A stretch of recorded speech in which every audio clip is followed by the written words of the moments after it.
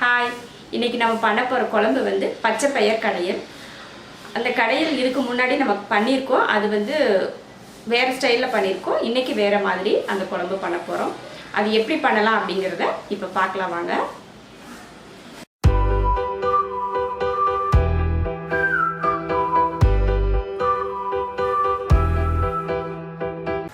பச்சைப்பயிறு கடைய போகிறோம். 100 கிராம் பச்சைப்பயிறு எடுத்திருக்கேன். பச்சைப்பயிரை வறுத்துட்டு தான் நம்ம குழம்பு செய்கிறதுக்கு எடுக்கணும். அதனால் இப்போ வறுத்துக்கலாம். முதல்ல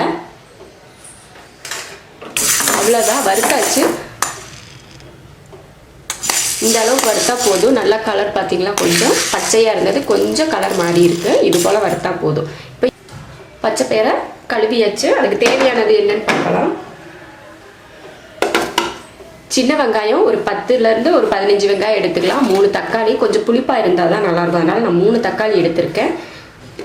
ஒரு அரை டீஸ்பூன் ஜீரகம், வரமிளகாய் 5 எடுத்திருக்கேன். நம்ம காரத்தை பொறுத்து மிளகாய் சேர்த்துக்கலாம். பச்சை மிளகாயும் சேர்க்கலாம், வரமிளகாயும் சேர்த்துக்கலாம். நான் வரமிளகாய் போட்டால் நல்லா இருக்கும் அப்படின்றதுக்காக வரமிளகாய் சேர்க்குறேன். அதே ஜீரகம், வெங்காயம்,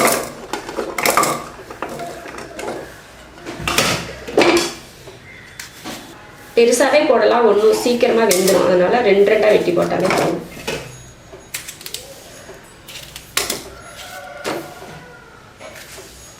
கடையத்தானே போகிறோம், அதனால சின்ன பெருசாகவே போட்டுக்கலாம். தக்காளி போட்டு வரமிளகாய் அதையும் போட்டுக்கலாம். வரமிளகாய் சின்ன சின்னதாக கட் பண்ணி போடுங்க. பெருசு பெருசாக போடாமல் சின்னதாகவே போட்டுக்கலாம். மஞ்சத்தூள் அவ்வளோதான். இப்போ இதில் தண்ணி சேர்த்துக்கலாம். தண்ணி வந்து பயிறு, வெங்காயம், தக்காளி எல்லாம் நல்லா உள்ள மூழ்கிற அளவுக்கு தண்ணி ஊற்றிருக்கேன். இப்போ குக்கர் மூடி போட்டு 4லேருந்து ஒரு 5 விசில் விட்டு ஆஃப் பண்ணிக்கலாம்.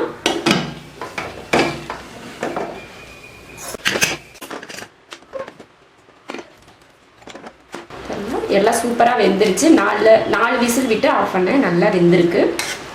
இப்போ இதை கடைஞ்சிட்டு தாளிச்சுக்கலாம். கடையிறதுக்கு முன்னாடி உப்பு சேர்த்துக்கலாம், தேவையான அளவுக்கு உப்பு.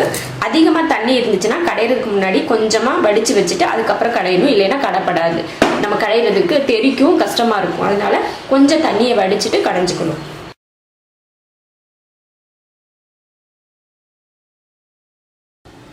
ரொம்ப வலுவலுன்னு ரொம்ப மையாக கடையக்கூடாது. கொஞ்சம் குறகுறப்பாக இருக்கணும். அப்போ தான் நல்லாயிருக்கும் சாப்பிட்றதுக்கு. நம்ம துவரம்பருப்பாக இருந்தாலும் சரி, பாசிப்பருப்பாக இருந்தாலும் சரி, இல்லை பச்சை பயிராக இருந்தாலும் சரி, எதுவாக இருந்தாலும் ரொம்ப வலுவலுப்பாக மையாக அரைச்சி கடைஞ்சிட்டா அது சாப்பிட்றதுக்கு ஒரு மாதிரி நல்லாவே இருக்காது. அதனால இந்த அளவுக்கு கொஞ்சம் குறகுறப்பாக கடைஞ்சிக்கிட்டா ரொம்ப நல்லாயிருக்கும். இப்போ கடைஞ்சாச்சு. இப்போ தாளித்து ஊற்றிக்கலாம். அதுக்கு எண்ணெய் ஊற்றிருக்கேன், காஞ்சிட்ருக்கு.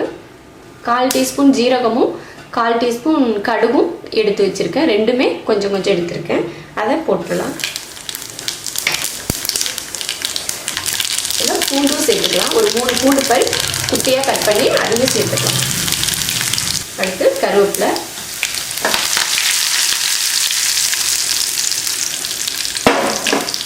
நல்லா பூண்டு வந்து கலர் மாறிடுச்சு. இப்போ அடுப்பை ஆஃப் பண்ணிக்கலாம். ஆஃப் பண்ணிவிட்டு இப்போ பருப்பில் ஊற்றிக்கலாம்.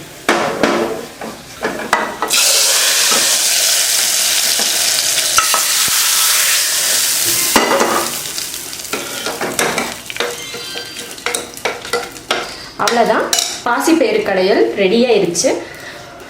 சாப்பாட்டில் ஊற்றி சாப்பிட்றதுக்கு ரொம்ப நல்லாயிருக்கும். இது தோசை, இட்லிக்கு கூட ரொம்ப நல்லாயிருக்கும். நீங்களும் இது போல் பாசிப்பருப்பில் கடைஞ்சி பாருங்கள், ரொம்ப நல்லாயிருக்கும். பிடிச்சிருந்தா லைக் பண்ணுங்கள். மற்றவங்களும் பார்க்கணுன்னு நினச்சிங்கன்னா ஷேர் பண்ணுங்கள். மறக்காமல் சப்ஸ்கிரைப் பண்ணுங்கள். நன்றி.